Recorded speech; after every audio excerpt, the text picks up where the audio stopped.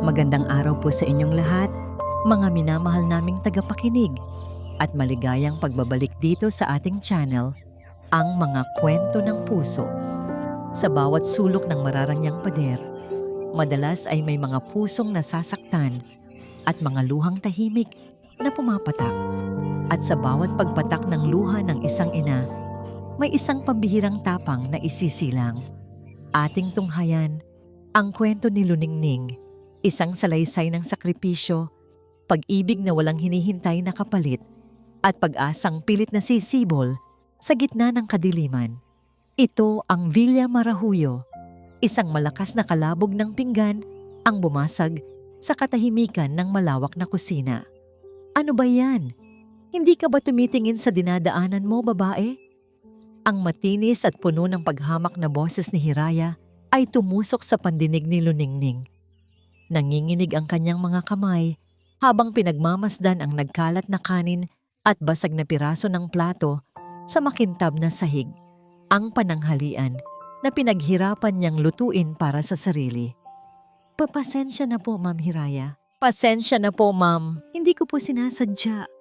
Isang mapanuyang tawa ang pinakawalan ni Hiraya. Nakapamewang ito, suot ang isang damit na mas mahal pa yata sa kabuuang sahod ni Luningning sa loob ng isang taon. Hindi sinasadya? O talagang tatanga-tanga ka lang? Linisin mo yan. At bilisan mo. Ayokong makakita ng dumi sa pamamahay ko. Hindi iyon ang kanyang pamamahay. Ang villa na ito ay pag-aari ni Senyorito Sinag. Ngunit hindi na umimik si Luningning. Bumaba ang tingin niya sa sahig.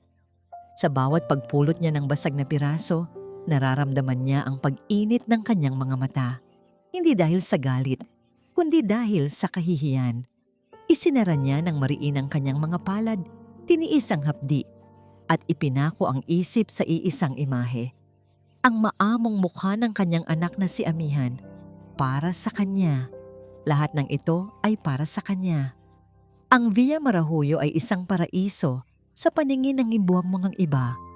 Malawak ang hardin, kumikinang ang mga bintana, at ang bawat muebles ay sumisigaw ng karangyaan. Ngunit para kay Luningning, ang lugar na ito ay isang ginintuang hawla. Maganda, ngunit malamig. Malawak ngunit nakakasakal. Matapos linisin ang kalat, tahimik siyang nagtungo sa silid ng kanyang anak. Natagpuan niya itong mahimbing na natutulog, yakap-yakap ang paborito nitong manika. Hinaplos ni Luningning ang buhok ni Amihan at sa isang saglit, ang lahat ng pagod at sakit na kanyang naramdaman ay tila naglaho. Ang batang ito ang kanyang hininga, ang kanyang lakas, ang dahilan kung bakit siya nagtitiis.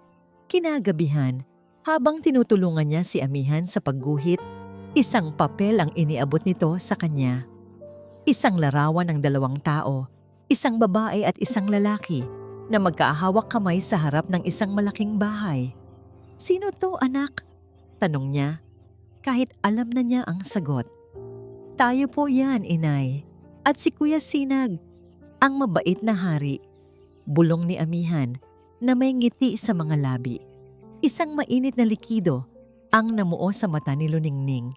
Ngunit bago pa man siya makapagsalita, isang anino ang tumakip sa kanilang lamesa. "How sweet," sarkastikong sabi ni Hiraya, na kanina pa pala nakatayo sa kanilang likuran. "Pero mukhang may mali sa drawing mo, bata." Sa isang mabilis na kilos, hinablot ni Hiraya ang papel. At sa harap ng nanlalaking mata ni Amihan at ni Luningning, pinunit niya ito sa gitna. Sa totoong buhay, ang mga katulong ay hindi nagiging reyna. At lalong hindi sila nabibilang sa tabi ng hari. Malamig na sabi ni Hiraya, bago ipinatong ang mga punit na papel sa lamesa at naglakad paalis na parang walang nangyari. Hindi nakakilos si Luningning. Narinig niya ang mahinang paghikbi ni Amihan. Niyakap niya ito ng mahigpit habang ang puso niya ay pinipiga sa galit at kawalan ng magawa.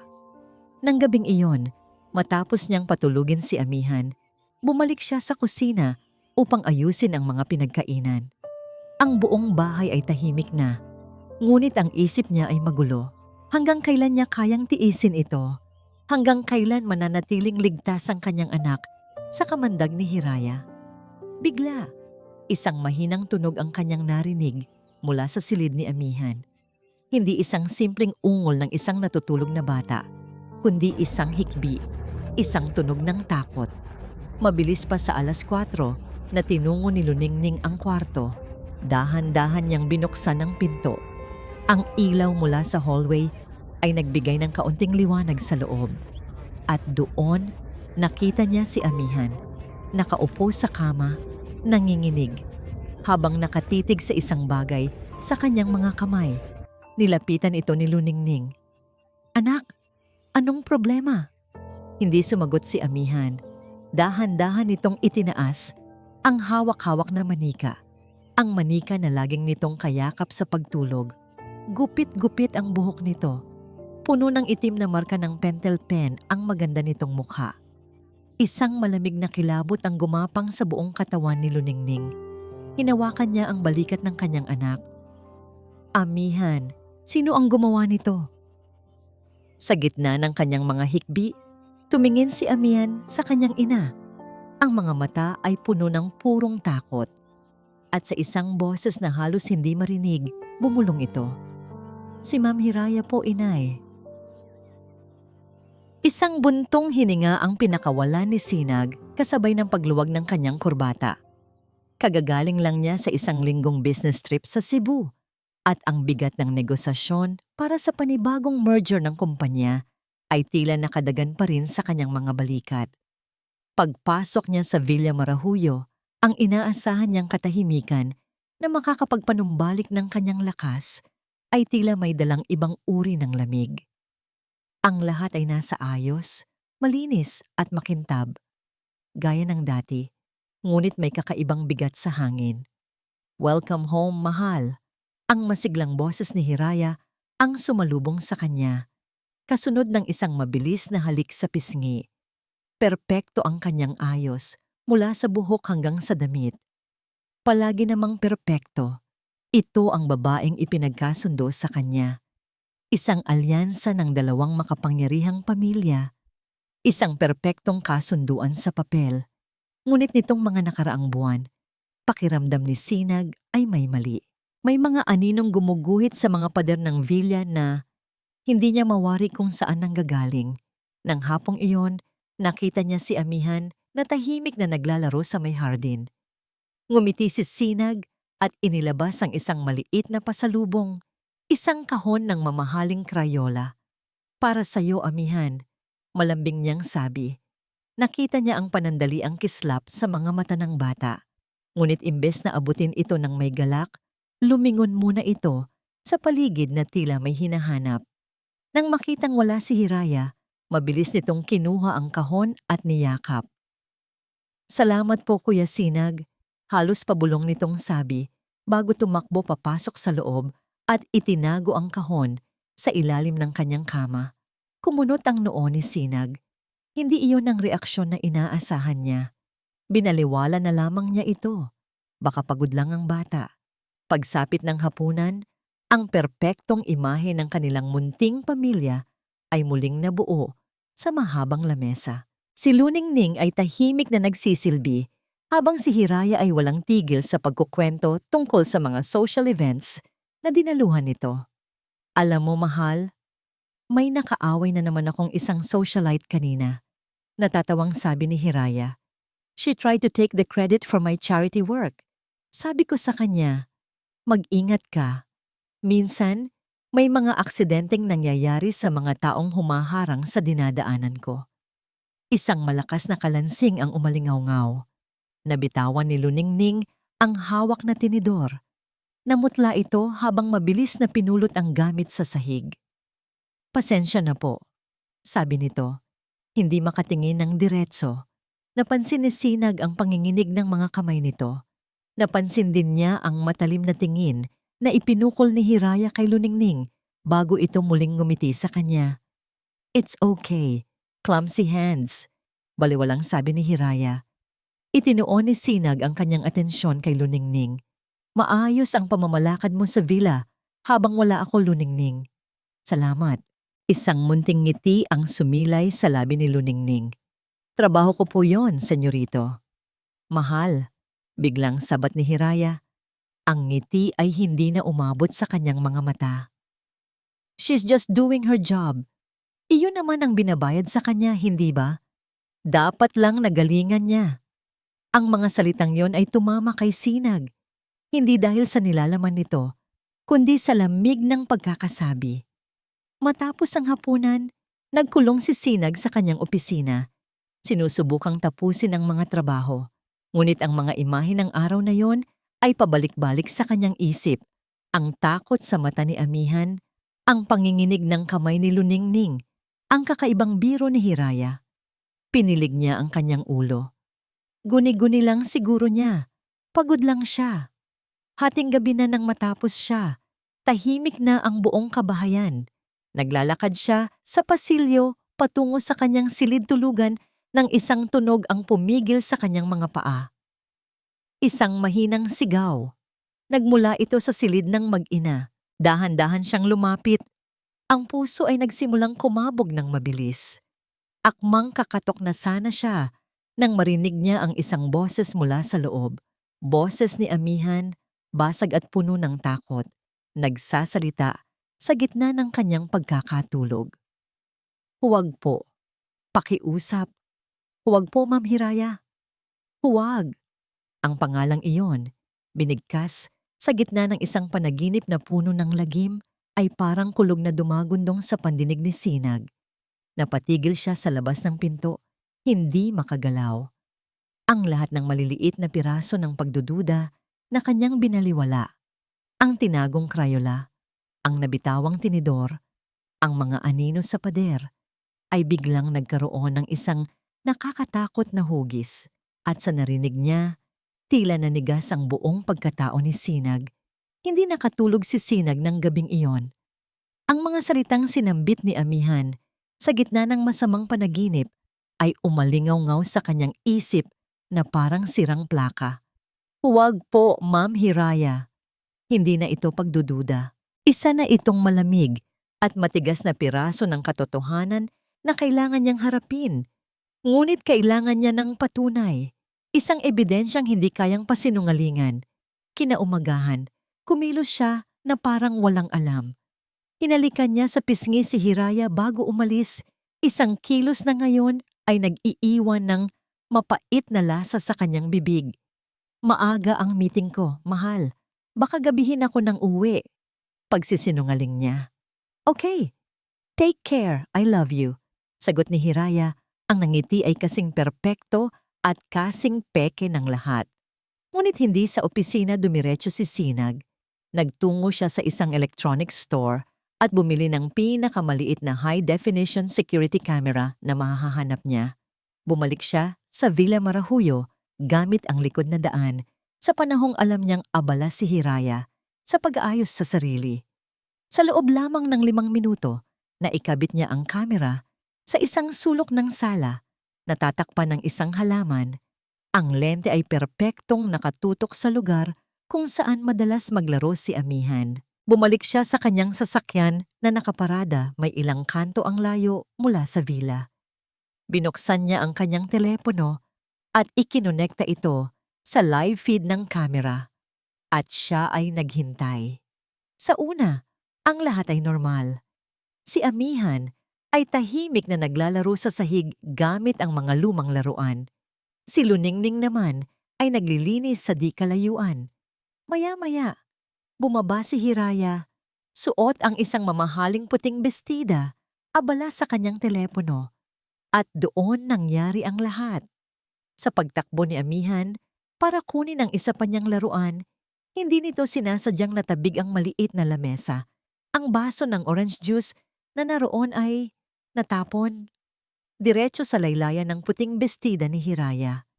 Ang katahimikan ay biglang napuno ng tensyon. Ano ba? Sigaw ni Hiraya. Ang mukha ay biglang nag-iba. Nawala ang lahat ng pagkukunwari. Tingnan mo ang ginawa mo. Inutil na bata. Alam mo ba kung magkano itong damit na to? Nanlaki ang mga mata ni Amihan sa takot at nagsimula itong umiyak. Sorry po. Huwag kang umiyak! Lalong sigaw ni Hiraya. Lumapit ito at hinawakan ng mahigpit ang braso ng bata. Ma'am Hiraya, tama na po. Aksidente lang po. Mabilis na sabi ni Luningning. Inilagay ang sarili sa pagitan ni Hiraya at ng kanyang anak. Ang kilos na yon ang tila nagpaapoy sa galit ni Hiraya. Itinulak niya si Luningning, ngunit ang sumunod na ginawa niya ang nagpatigil sa paghinga ni Sinag. Isang malutong na sampal ang dumapo sa pisngi ni Luningning. Huwag na huwag mo akong pangangaralan. Katulong ka lang. Nalilisik ang mga matang sabi ni Hiraya. Ibinaling niya ang tingin kay Amihan na lalong napahagulgol. At ikaw, dahil sa ginawa mo, ituturo ko sa iyo ang leksyon mo. Doon ka sa madilim na aparador. Doon nababagay ang mga batang salot. Habang pinapanood ang lahat sa screen ng kanyang telepono, naramdaman ni Sinag ang isang uri ng galit na hindi niya pa naramdaman sa buong buhay niya. Mariin niyang kinuyom ang kanyang kamao. Ang bawat hibla ng kanyang pagkatao ay sumisigaw. Hayop ka, Hiraya. Hayop ka. Nakita niya sa video kung paanong sinimulang kaladkarin ni Hiraya si Amihan patungo sa cabinet sa ilalim ng hagdanan. Nakita niya ang pagpupumiglas ni Luningning. Hindi na niya kaya. Pinatay niya ang video. Inihagis ang telepono sa passenger seat at buong bilis na pinaharurot ang sasakyan pabalik. Ang malakas na pagbukas ng pinto ng Villa Marahuyo ay nagpatigil sa lahat. Natigilan si Hiraya. Ang kamay ay nakahawak pa rin sa umiiyak na si Amihan. Si Luningning ay nasa sahig. Hawak ang namumula niyang pisngi. Ang kanilang mga mukha ay nagpakita ng purong pagkabigla nang makita nila si Sinag na nakatayo sa may pintuan. Ang dibdib ay tumataas baba at ang mga mata ay nag-aapoy sa galit na hindi pa nila kailanman nasaksihan. Dahan-dahang naglakad si Sinag palapit. Ang bawat hakbang niya ay mabigat, puno ng awtoridad at pagbabanta. Hindi niya pinansin si Luningning o si Amihan. Ang kanyang mga mata ay nakapako kay Hiraya. Isang tingin na tila kayang tumunaw ng bakal. Sinag, mahal, anong ginagawa mo rito? Nanginginig na tanong ni Hiraya. Dahan-dahang binitawan si Amihan. Huminto si Sinag sa mismong harapan niya. Hindi siya sumigaw. Hindi siya nagmura. Sa isang boses na mas malamig pa sa yelo, binitawan niya ang mga salitang magpapabago sa lahat. Hiraya, tapos na tayo.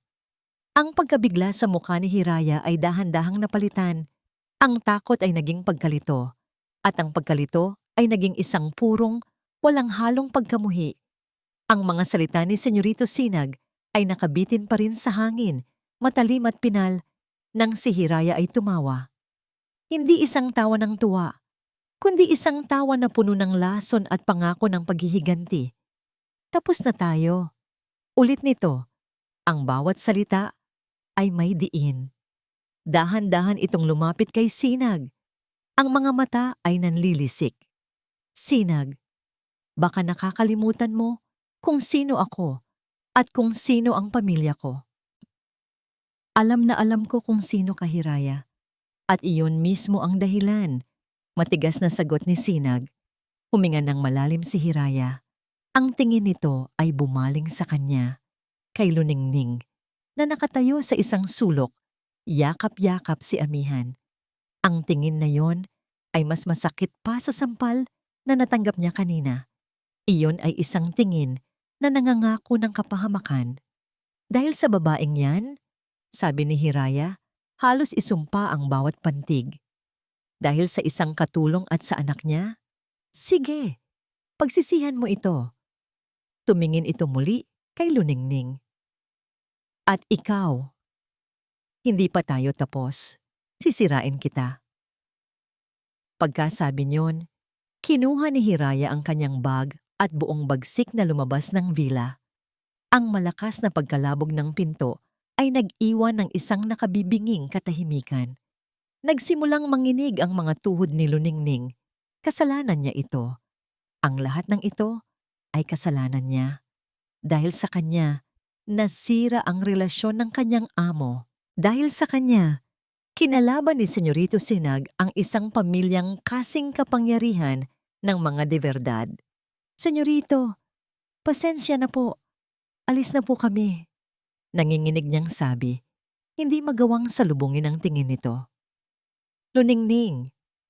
Ang pagtawag ni Sinag sa kanyang pangalan ay nagpatigil sa kanya.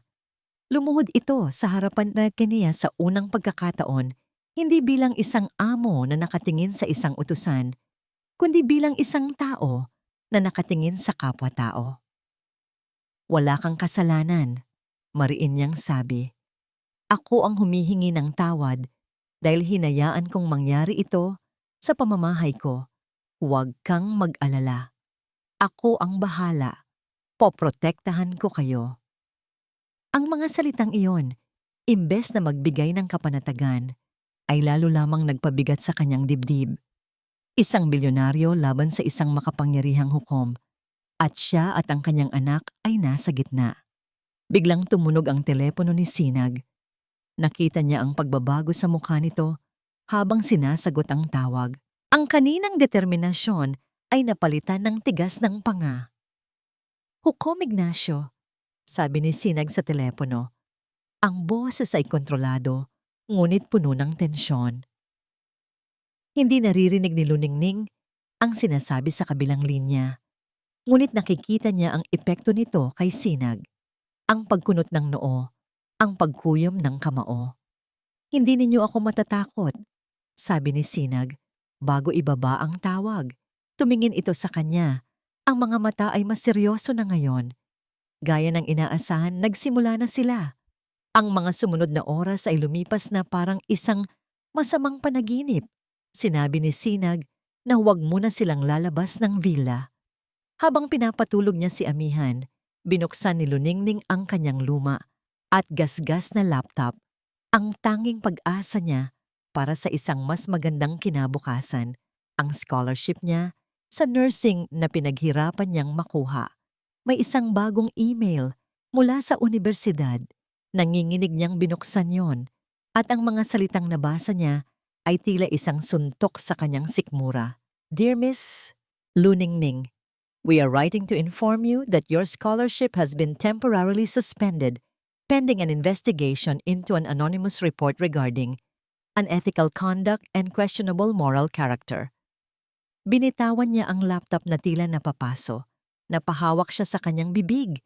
Pinipigilan ang isang hikbi. Ganito pala sila kabilis. Ganito pala sila kalupit. Ang pangarap na binuo niya sa loob ng maraming taon ay sinira nila sa loob lamang ng ilang oras. Nawalan siya ng pag-asa. Paano siya lalaban? Isang hamak na katulong laban sa isang hukom na kayang baluktutin ang katotohanan. Maya-maya, isang marangyang itim na sasakyan ang pumarada sa tapat ng Villa Marahuyo. Hindi ito sasakyan ni Sinag. Kinabahan si Luningning. Sumilip siya sa bintana. Dalawang babaeng nakauniporme ang bumaba mula sa sasakyan. May dalang mga folder. Lumapit sila sa pinto at nag-doorbell.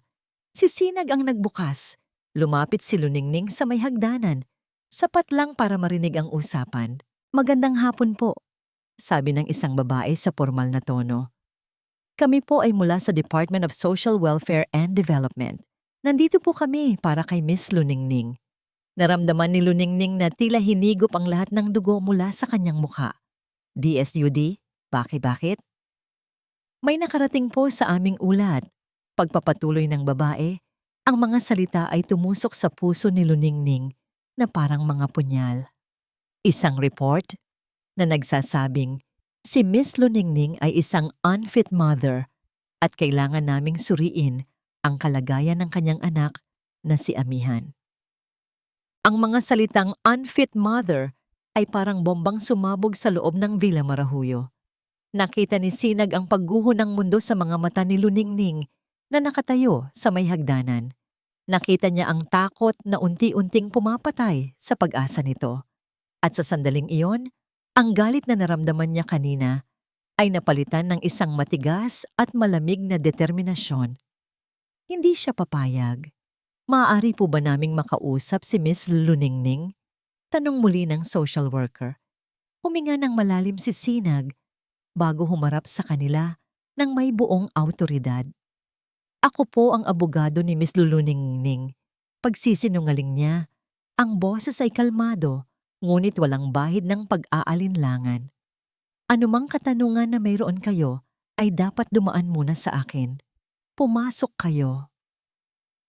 Nagkatinginan ng dalawang social worker. Tila nagulat sa kanyang presensya, ngunit sumunod sila. Ang sumunod na oras ay isang pagsubok sa katatagan. Umupo si Sinag sa tabi ni Luningning sa kabuuan ng interview. Sa bawat tanong na ipinupukol sa kanya, na halos magpaiyak na sa kanya, si Sinag ang unang sumasalo. Totoo po bang wala siyang permanenteng trabaho bago pumasok dito? Si Miss Luningning ay isang full-time scholar bago niya piniling magtrabaho dito para personal na maalagaan ang kanyang anak. Iyon ay desisyon ng isang responsableng ina. May ulat na nagsasabing pabaya siya. Sino ang nag-ulat? Kung ang report ay anonymous, wala itong basehan hanggat hindi napatutunayan. At sa nakikita ninyo, si Amihan ay isang masaya at malusog na bata. Sa bawat sagot ni Sinag, unti-unting nararamdaman ni Luningning ang pagkalma ng kanyang nanginginig na mga kamay. Sa unang pagkakataon, mula nang magsimula ang gulo, naramdaman niyang hindi siya nag-iisa. Mayroon siyang kakampi sa dilim. Matapos umalis ng mga taga-DSD na nangakong babalik para sa mas malalim na pagsusuri, isang mabigat na katahimikan ang bumalot sa sala. Kasalanan ko po ito lahat, senyorito. Basag ni Luningning sa katahimikan. Ang mga namumuong luha ay hindi na niya napigilan. Dahil sa akin, nadadamay kayo. Pati ang pangarap ko. Ang scholarship ko, sinira na nila. Umiling si Sinag. Lumapit siya at kinuha ang baso ng tubig sa lamesa at iniabot sa kanya. Hindi mo kasalanan, Luningning, mariin niyang sabi. Ako ang nagpasok kay Hiraya sa buhay mo, sa buhay ng anak mo, kaya responsibilidad ko ito. At tungkol sa scholarship mo, sa pangarap mo, ibabalik natin yan. Lahat ng kinuha nila, babawiin natin. Kinagabihan, abala si Sinag sa kanyang opisina. Sunod-sunod ang kanyang mga tawag. Kinuha niya ang pinakamagaling na abogado sa bansa, isang matalik na kaibigan ng kanyang ama. Nag-hire din siya ng isang private investigator para alamin ang bawat baho na itinatago ni Hukom Ignacio de Verdad. Nang maghahating gabi na, pumasok si Luningning sa opisina, may dalang isang tray ng mainit na pagkain at kape. Hindi pa po kayo kumakain, senyorito? Mahina niyang sabi. Sa unang pagkakataon, nagkaroon sila ng isang tunay na pag-uusap. Hindi bilang amo at katulong, kundi bilang dalawang taong naghahanda para sa isang digmaan. Ikinuwento ni Luningning ang kanyang mga pangarap na maging isang nurse at ang hirap na dinanas niya para makuha ang scholarship. Nakita ni Sinag ang pambihirang lakas sa likod ng kanyang mahinhing anyo. Habang nag-uusap sila, tumunog ang telepono ni Sinag.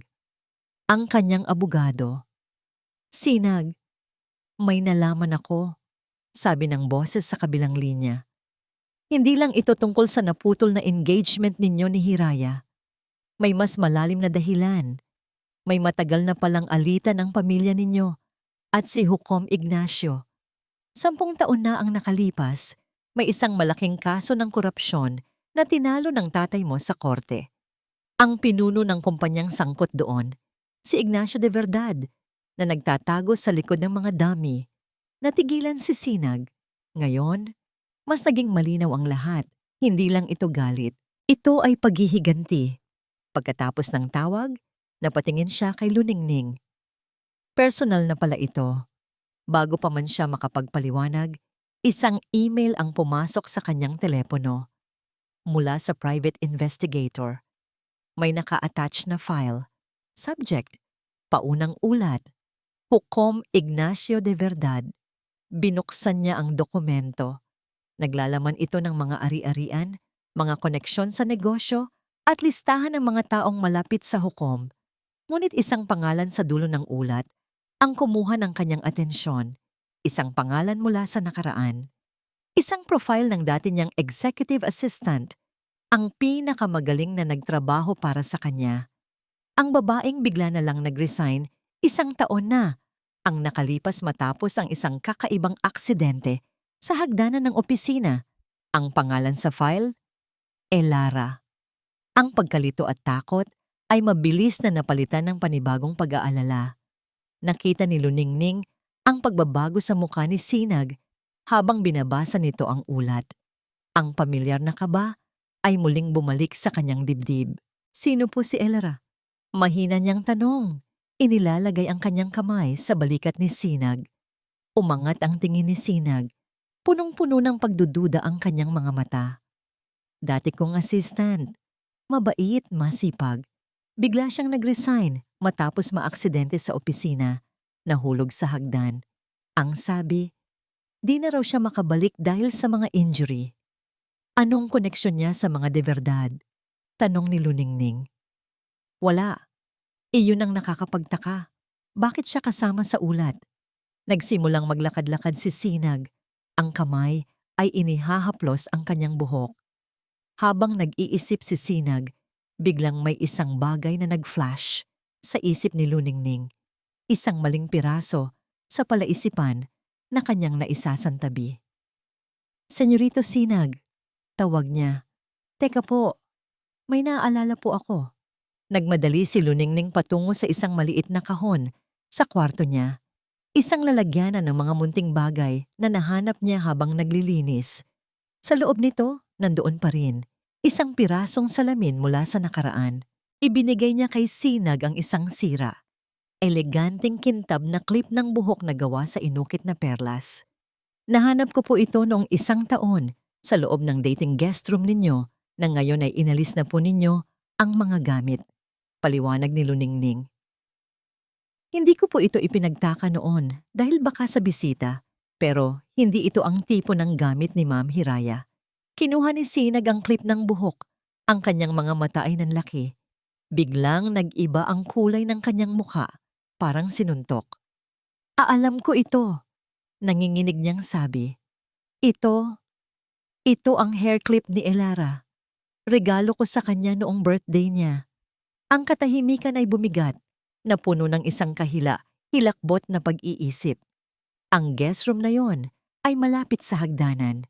Ang guest room na yon ay ginawang pansamantalang tanggapan ni Elara sa araw ng kanyang aksidente habang inaayos ang kani-kanilang mga opisina. Ang guest room na yon ay madalas puntahan ni Hiraya sa pagdadahilang sinasamahan si Sinag. Luningning. Ang tingin ni Sinag ay puno ng horror. Pareho na nilang naiintindihan ang kahulugan ng nasirang clip ng buhok. Sa loob ng Villa Marahuyo, si Elara ay hindi na aksidente. Si Elara ay itinulak. Hiraya. Bulong ni Sinag. Ang pangalan ay parang apoy na nasunog sa kanyang lalamunan. Siya ang may gawa nito. Nagsimula na siya noon pa man. Sa galit niya, sa kahit sinong nagiging malapit sa akin, kaya niyang manakit. Ang panginginig ni Luningning ay bumalik. Isang masamang tao ang pinagsisilbihan niya. Isang sociopath. Kailangan nating hanapin si Elara, mariin niyang sabi. Siya ang susi. Siya ang magpapatunay kung gaano kadelikado si Hiraya. Hindi lang para sa amin. Para sa'yo, senyorito. Ako na ang bahala, tugon ni Sinag. Mabilis na tinawagan ang private investigator. Hindi nagtagal. Tumunog ang telepono. Hinintay nilang mag-usap si Sinag at ang PI. Ilang minuto ang lumipas. Nang ibaba ni Sinag ang tawag, ang kanyang mukha ay balisa. Nahanap na nila si Elara. Malungkot na sabi ni Sinag. Nakapagtago siya sa isang malayong probinsya. Hindi niya inaasahan na may maghahanap pa sa kanya. Pero may problema. Ano po? Tanong ni Luningning. Halos hindi humihinga. Wala siyang tiwala sa kahit sino. Nabubuhay siya sa takot. Ayaw niyang makita ang sino mang galing sa nakaraan, lalo na ang galing sa mundo ko. Pilit na sabi ni Sinag, ang desisyon ay kailangang gawin. Si Sinag ay ang banta sa paningin ni Elara. Tumingin si Luningning kay Sinag. Ang kanyang mga mata ay nagpapakita ng isang tapang na hindi niya naramdaman noon. Ako po ang pupunta, sabi ni Luningning nang may matinding paninindigan. Ako po ang haharap sa kanya. Hindi ako tagamundo ninyo. Hindi ako banta. Isa lang akong ina na lumalaban para sa anak niya. Kung sino man ang makakaintindi sa kanya, ito ay isang babae na ginulpi at sinubukang sirain ng parehong halimaw. Ang malayong bayan ng Bato-Bato, probinsya ng Sikatuna, ay kasing layo ng Marangyang lungsod ng Pag-asa. Dito nagtago si Elara. Mag-isa siyang bumibiyahe, dala ang maliit na bag at ang tiwala ni Sinag. Ang kanyang puso ay nagahalo ang kaba at determinasyon. Ang tagumpay o pagkabigo ng kanilang laban ay nakasalalay sa pagbubukas ng bibig ng isang babaeng nabubuhay sa takot. Nang makita niya si Elara, nagulat si Luningning. Payat, maputla at malayo sa dating masiglang executive assistant na inilarawan ni Sinag. Nakaupo ito sa isang wheelchair sa loob ng isang maliit at simpleng bahay. Sino ka? Magaspang na tanong ni Elara. Ang mga mata ay puno ng pagtataka at pagkamuhi. Ako po si Luningning. Mahina niyang sagot, dahan-dahang lumapit. Ako po ang kasalukuyang kasambahay ni Senyorito Sinag at ako po ay humihingi ng tulong sa inyo. Hindi umimik si Elara. Naghintay lamang. Inilabas ni Luningning ang nasirang pearl clip ng buhok at ipinatong sa lamesa. Nahanap ko po ito sa Villa Marahuyo. Alam ko pong ito ay sa inyo. Napatitig si Elara sa clip. Ang isang taong pagtatago ay unti-unting nabasag. Nakita ni Luningning ang panandaliang pagbaling ng sakit at galit sa mukha nito. Umalis ka, sabi ni Elara. Ang kanyang boses ay nanginginig. Wala akong alam. Wala akong kinalaman. Huwag mo akong idamay sa kahit anong gulo ninyo. Sapat na ang nangyari sa akin. Hindi po ako aalis hanggat hindi ninyo ako pinapakinggan. Mariin ngunit mahinang sabi ni Luningning. Umupo siya sa sahig, sa harapan mismo ni Elara. Hindi ako pumunta dito para ibalik kayo sa mundo ni Sinag. Nandito ako dahil pareho tayo ng halimaw na kinakalaban. Ang pangalan niya ay Hiraya de Verdad. Ikinuwento ni Luningning ang lahat.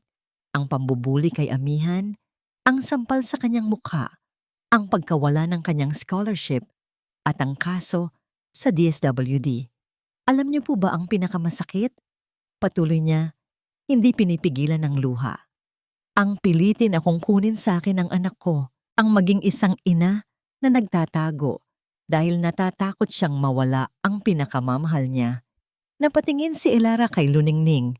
Sa wakas, ang isang taong pagdududa ay napalitan ng pananampalataya. Biglang lumambot ang mga mata ni Elara. Maran siyang nagsalita. Isang taon akong pinaniwala ng lahat na nag-iisa lang ako. Pinaniwala ako ni Hiraya na aksidente ang nangyari. Pinaniwala niya akong nabali ang aking gulugod dahil sa aking kapabayaan. Pero alam ko ang totoo. Sa gitna ng kanyang hikbi, inulit ni Elara ang buong pangyayari. Flashback. Ang selos ni Hiraya sa atensyon na ibinigay ni Sinag kay Elara. Ang mainit na pagtatalo, ang biglang pagtulak ni Hiraya sa kanya pababa sa hagdan. Ang pananakot na ginawa ng ama ni Hiraya para manahimik si Elara. Gusto niyang sirain ang lahat ng malapit kay Sinag sa kanya. Nanginginig na sabi ni Elara. Kaya niyang gawin ito sa inyo, sa anak mo. Nang marinig iyon, alam ni Luningning na panalo na sila. Niyakap niya si Elara. Salamat po. Hindi na po kayo mag-iisa. Handa akong magsalita para sa iyo at sa anak mo, sabi ni Elara. Ang boses ay puno ng puot at matinding determinasyon. Lalabas ako. Babalik ako. Pero kailangan kong protektahan ang pamilya ko. Sa kanilang pagplano, napagkasunduan nilang gamitin ang nalalapit na malaking charity ball, isang social event na dadaluhan ni Hukom Ignacio at ng lahat ng mga elite sa lungsod ng Pag-asa. bilang lugar para ibunyag ang lahat. Pagbalik ni Luningning sa Villa Marahuyo, hinarap niya si Sinag na may ngiti. Nagsalita po siya, may ebidensya na tayo.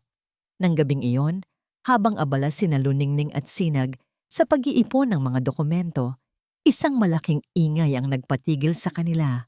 Pumasok si Hiraya, hindi na ang perpektong fiancé, nanginginig sa galit. Kala mo hindi ko malalaman? Sumigaw si Hiraya. Ang muka ay mas masama pa sa isang demonyo. Alam kong may binisita kang tao. Nag-hire ka ba ng abogado? Katulong? O baka pinaniwala ka ng ex-fiancé ko na kaya mo akong kalabanin? Lumapit si Hiraya at naglagay ng isang sobre sa lamesa. May alok ako.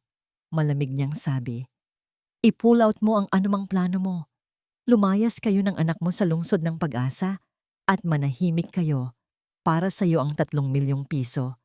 Tatanggalin ko ang kaso sa DSWD, kundi sisiguraduhin kong sa susunod na makikita mo ang anak mo, nasa custody na siya ng Estado at mananatili ka sa bilangguan sa kasong libelo.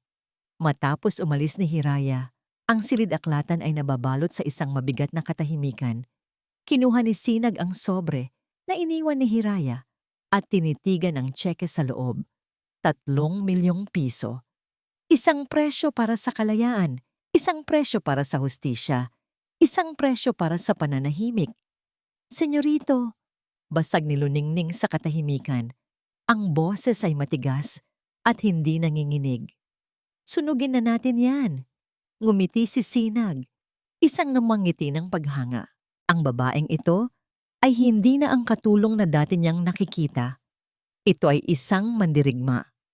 Tama, sabi ni Sinag. Hinarap niya ang tseke at agad itong pinunit. Nagsimula silang magtrabaho. Sinuri nila ang bawat dokumento, bawat ebidensya, bawat testimonya ni Elara. Ang kanilang plano ay perpekto. Ngunit nang marinig niya ang huling banta ni Hiraya, alam ni Sinag na kailangan niya ng isang bagay na higit pa, isang twist. Tumawag siya sa kanyang abogado at inayos ang isang planong pang-akit para sa kanilang sariling tauhan. Sinag, hindi ka ba natatakot? Tanong ni Luningning habang inaayos ang isang stack ng mga folder. Umiling si Sinag. Matagal na akong walang takot, Luningning. Ang pamilya de Verdad ay matagal nang nagpapanggap na sila ang batas. Ngayon, ilalantad natin sila. Ang gabi ay lumipas na puno ng paghahanda. Sa pagitan ng mga papeles, mga plano, at mga tawag sa telepono, nakita ni Sinag si Luningning sa isang bagong paraan. Ang kanyang mukha ay hindi man kasing perpekto ni Hiraya, ngunit ang kanyang mga mata ay nagpapakita ng isang kagandahan na walang kaparis, ang kagandahan ng pag-ibig ng isang ina at ang kadalisayan ng isang puso na lumalaban para sa katotohanan. Tumingin siya kay Luningning. Nakatingin din ito sa kanya. Ang kanilang mga tingin ay nagtagpo. At sa sandaling iyon, ang lahat ng ingay at alalahanin ng mundo ay naglaho. Wala nang senyorito at kasambahay. 2 tao lang ang nakatayo doon na nakita ang tunay na kaluluwa ng bawat isa sa gitna ng labanan. Alam mo, Luningning, mahina niyang sabi, lumapit ng bahagya. Bago ka, ang bahay na ito ay isang libingan lamang. Ako ay isang negosyante lang. Hindi ako nabuhay. Ngumiti si Luningning. Kayo naman, senyorito. Kung hindi dahil sa inyo, matagal na akong nabulok sa takot.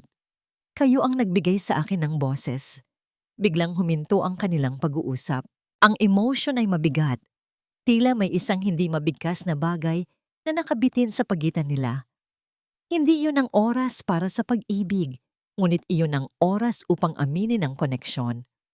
Ano man ang mangyari bukas, sabi ni Sinag, ang kanyang boses ay malalim at sinsero. Hindi ko pagsisisihan ang ginawa ko, kahit kailanman. Ako rin po, sagot ni Luningning. Ang kanyang tinig ay tapat. Kinahapunan, isinuot ni Sinag ang kanyang pinakamahal na suit. Si Luningning naman Sa tulong ng isang mapagkakatiwalaang kasambahay, ay nagsuot ng isang simpleng beige na damit, walang mamahaling alahas, tanging ang kanyang dignidad ang dala. Tiningnan ni Amihan si Luningning at Sinag. Ang nangiti ni Amihan ay ang huling lakas na kailangan nila. Sa kanilang paghahanda sa pag-alis, tumunog ang telepono ni Sinag, ang kanyang abogado. Sinag, kailangan nating ipagpaliban ito. Ang boses ng abogado ay halos sumisigaw sa kabilang linya. Kailangan mong makinig. Nalaman ni Hukom Ignacio ang tungkol sa iyong planong ilantad siya. Mayroon tayong traidor sa loob ng ating pangkat. Binili niya ang isa sa ating mga tauhan. Inaabangan ka niya sa party. Nagkatinginan sina Sinag at Luningning. Ang kanilang mga mukha ay nagpapakita ng matinding kaba at isang malalim na pagkatigilan. Nakuha na niya ang aming plano, Luningning, bulong ni Sinag, pero ang kanyang mga mata ay nanatiling matigas. Hindi, sabi ni Sinag sa kanyang abogado. Hindi namin ito ipagpapaliban. Ngayon pa at alam na niya? Magandang balita. Mayroon tayong plan B. Ang Marahuyo Grand Ballroom ay kumikinang sa karangyaan. Ang bawat sulok ay puno ng mga piling tao sa lungsod ng Pag-asa. Ang hangin ay mabigat sa halimuyak ng mamahaling pabango at sa tensyon ng paparating na paghaharap. Pumasok sina Sinag at Luningning. Ang pagdating nila ay nagdulot ng bulong-bulungan. Ang isang bilyonaryong kakarating lang ang engagement kasama ang kanyang dating kasambahay. Isang malaking issue sa gitna ng mga elite. Si Hukom Ignacio de Verdad ay nasa gitna ng entablado, nakangiti ng mapanukso. Katabi niya si Hiraya na nakasuot ng isang pulang gown. Ang mga mata ay nakapako kay Luningning na may matinding pagkamuhi. Welcome back, Sinag, sabi ni Hukom Ignacio sa mikropono. Ang boses ay malakas at tila mapagkumbaba. Akala ko, hindi ka na darating. Naway matuto ka na ang pag-ibig ay dapat laging may kasamang pananagutan, lalo na sa mundo natin. Ang pamilya de Verdad ay patuloy na magsisilbing haligi ng katotohanan. Nagsimulang pumalakpak ang mga tao, ngunit isang bagay ang mali. Sa halip na umupo, si Sinag ay dahan-dahang lumapit sa entablado. Ang kanyang mukha ay seryoso, ang kanyang mga mata ay nanlilisik. Si Hukom Ignacio ay biglang nagbago ng ekspresyon. Humihingi ako ng paumanhin, Hukom. Kalmadong sabi ni Sinag.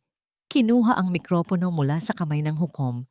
Ngunit ang katotohanan ay hindi laging madaling makita. Kaya kailangan nating silipin kung sino ang talagang nagsasabi ng totoo. Kinumpas ni Sinag ang kanyang kamay. Sa halip na ang inaasahang slideshow ng mga dokumento ng korupsyon ni Hukom Ignacio, isang audio recording ang biglang umalingaw-ngaw sa buong ballroom. Ito ay ang boses ng traidor sa grupo ni Sinag na nag-iisip na nakakausap niya si Hiraya. Boses ng traidor. Naibigay ko na ang lahat ng detalye, ma'am. Alam ni Sinag at nang katulong ang tungkol sa mga dokumento ng Hukom. Hindi nila alam na binaligtad ko sila.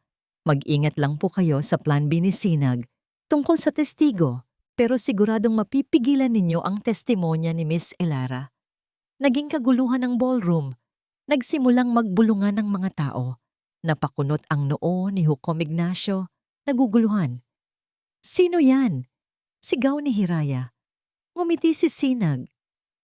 Hukom Ignacio, ang akala ninyo ay alam ninyo ang aming plano, ngunit hindi ninyo inaasahan na gagamitin ko ang sarili ninyong traidor laban sa inyo. Ako ang naglagay ng traidor sa aking sariling pangkat upang makita kung sino ang tatayo sa inyo. Biglang nagbago ang mga ilaw. Isang spotlight ang tumama sa likod ng entablado. Doon lumabas si Elara, nakasakay sa wheelchair. Katabi niya si Luningning. Ang kanyang kamay ay mahigpit na nakahawak sa braso ni Elara. Hindi niyo napigilan ang testigo, sabi ni Sinag. Ang katahimikan sa ballroom ay nagpatagal. Si Hukom Ignacio ay namumutla. Ngunit si Hiraya ay sumigaw sa galit. Sinunggaling! Elara, sabihin mong nagsisinunggaling sila. Ngunit nagsalita si Elara. Ang kanyang boses ay malinaw at matigas sa mikropono. Hindi ako nagsisinungaling. Ako si Elara. At 1 taon na akong nagtago dahil itinulak ako ni Hiraya de Verdad sa hagdanan sa inis niya na may maging malapit kay Sinag. Siya ay hindi lamang isang mean girl, siya ay isang kriminal. At ang kanyang ama, si Hukom Ignacio de Verdad ay nagtangkang takpan ng krimen na iyon. Ang mga tao ay nagulantang, ngunit si Hukom Ignacio sa wakas ay nakabawi, ay lumapit at inagaw ang mikropono. Kasinungalingan, sigaw ni Hukom Ignacio. Ang babaeng ito ay bayaran. Si Sinag ang nagbayad sa kanya. Pero huli na, lumingon si Luningning at sa isang seryosong tono, sinabi niya, Hukom, ang katotohanan ay hindi binabayaran. Ang katotohanan ay ipinaglalaban. Tumingin si Sinag kay Luningning at tumango. Ito na ang huling bahagi ng Plan B. Inilabas ni Sinag ang isang maliit na USB at ipinasok sa screen sa likod ng entablado. Ito ay isang detalyadong ulat ng korupsyon ni Hukom Ignacio na inilabas bago pa man niya malaman ang tungkol sa traitor. Nagsimulang magring ang mga telepono. Ang mga kaibigan at kasamahan ni Hukom Ignacio ay biglang lumayo sa kanya. Hiraya, umalis na tayo. Sigaw ni Hukom Ignacio, hinila ang kanyang anak. Ngunit huli na. May dumating na 2 unipormadong pulis, kasama ang isang opisyal mula sa National Bureau of Investigation, NBI. Hukom Ignacio de Verdad at Hiraya de Verdad, kayo po ay arestado sa kasong korupsyon, obstruction of justice at attempted murder, sabi ng opisyal. Sa kanyang huling sandali, habang sinasara ng pulisya ang posa sa kanyang pulso, tumingin si Hiraya kay Luningning. Ang kanyang mga mata ay naging 2 apoy ng purong pagkasuklam. Hindi ka mananagumpay, hindi ka mananalo sa akin katulong, hinding-hindi. 6 na buwan ang lumipas. Ang mga pangalan ni Hukom Ignacio at Hiraya de Verdad ay naging mga balita sa telebisyon, pinalitan ng mga salitang korupsyon, trial, at pagbagsak. Walang tanong, ang hustisya ay natupad. Si Luningning ay hindi lamang naibalik sa kanyang scholarship, kundi nakatapos pa ng unang semestre na may mataas na karangalan. Ang kaso sa DSD ay ibinasura at ang kanyang pangalan ay ganap na nalinis. Ngunit ang pangarap niya ay nag-iba. Ang pag-aaral ng nursing ay ipinagpatuloy niya, ngunit may mas malaking tawag na umukit sa kanyang puso. Ang kusina ni Lola. Ang kanyang plano na buksan ang isang maliit na kainan na maghahain ng mga tradisyonal na lutuing Pilipino, mga luto na nagpapaalala sa kanya ng pagmamahal at pag-asa, mga luto na nagpabalik sa kanyang sarili. Sa araw na ito, ang kusina ni Lola ay binubuksan. Ang lugar ay maliit, ngunit ang init at pagmamahal ay nagpuno sa bawat sulok. Ang mga lumang kahoy na lamesa, ang mga dekorasyong gawa sa palayok, at ang amoy ng adobo at sinigang ay nagpabalik sa Luningning sa mga alaala ng kanyang lola. Ang mga customer ay dagsa. Karamihan sa kanila ay dating mga kasambahay at mga taong simpleng naghahanap ng pag-asa. Si Amihan ay masaya. Tumatakbo sa gitna ng mga upuan, walang bahid ng takot o anino ni Hiraya. Si Sinag ay naroroon, hindi bilang isang bisita. Siya ay nasa likod ng counter, nakasuot ng apron na may tatak na kusina ni Lola, abala sa pagtulong sa pag-serve at paglilinis. Senyorito, biro ni Luningning, ang nangiti ay umabot sa kanyang mga mata. Masyado kayong abala para maging isang CEO. Ngumiti si Sinag, isang ngangiti na nagpapakita ng tunay niyang kaligayahan, ang kaligayahan na hindi kayang bilhin ng pera. Nasanay na akong maging executive assistant mo, Luningning. Ganti nito, habang pinupunasan ng lamesa. Mas gusto ko ito, mas totoo. Sa pagtatapos ng araw, Nang ang lahat ng customer ay umalis na, tumayo si Sinag sa gitna ng silid. Tinitingnan ang matagumpay at masayang si Luningning. Inalis niya ang kanyang apron at lumapit sa kanya. Ang dami nating pinagdaanan, mahina niyang sabi. Inabot ang kamay ni Luningning. Hindi nag-atubili si Luningning. Hinawakan niya ang kamay ni Sinag. Ang kanilang mga palad ay pinagdikit, matigas at totoo. Ang nakaraan ay naiwan na po sa Villa Marahuyo. Dito, sa kusina ni Lola. Dito nagsisimula ang bagong buhay, sabi niya. Tinitigan ni Sinag si Luningning. Ang kanyang mga mata ay nagpapakita ng lahat ng pagmamahal na kanyang naramdaman. Ang pagmamahal na naitayo sa pundasyon ng respeto, ng pakikipaglaban at ng pagtitiwala. Hindi siya nagsalita ng matatamis na salita. Hindi niya sinabing mahal kita dahil alam niyang mas malalim pa doon ang nararamdaman niya. Huminga siya ng malalim at nagtanong. Ang kanyang boses ay puno ng pag-asa. Luningning, marahan niyang sabi. Pagkatapos ng lahat, hindi na ako ang amo. Wala na ang label. Pwede ba akong maging bahagi ng bagong simula na ito? Hindi bilang tagatulong, kundi bilang iyong katuwang. Sa kusina ni Lola at sa buhay mo, napangiti si Luningning. Ito ang tanong na hinihintay niyang marinig. Hindi isang panukala, kundi isang pangako ng pagiging pantay. Ng partner sa lahat ng bagay, tumingin siya sa kanyang anak na malapit sa kanila, natutulog na, ang kanyang mukha ay payapa. Tumingin si Luningning kay Sinag. Hindi po ako magpapalit ng masayang, sabi niya.